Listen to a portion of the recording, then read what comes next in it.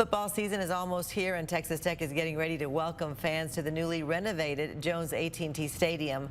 Before you file in for the games, though, the university wants to remind fans of important safety updates. KCBD News Channel 11's Imani Jackson tells us what we all need to know.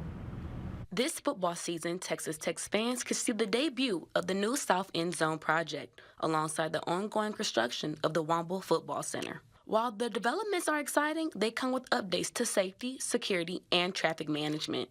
Local law enforcement, fire department, and emergency services will be on site during games to ensure safety and manage traffic flow. Officials say they have undergone training in preparation for the season. Our department, as well as our surrounding agencies, whether they be medical, fire, or police agencies, are very well prepared. We all work together, and I think that that's key. Traffic adjustments include parking areas east of University Avenue, closer to Avenue X.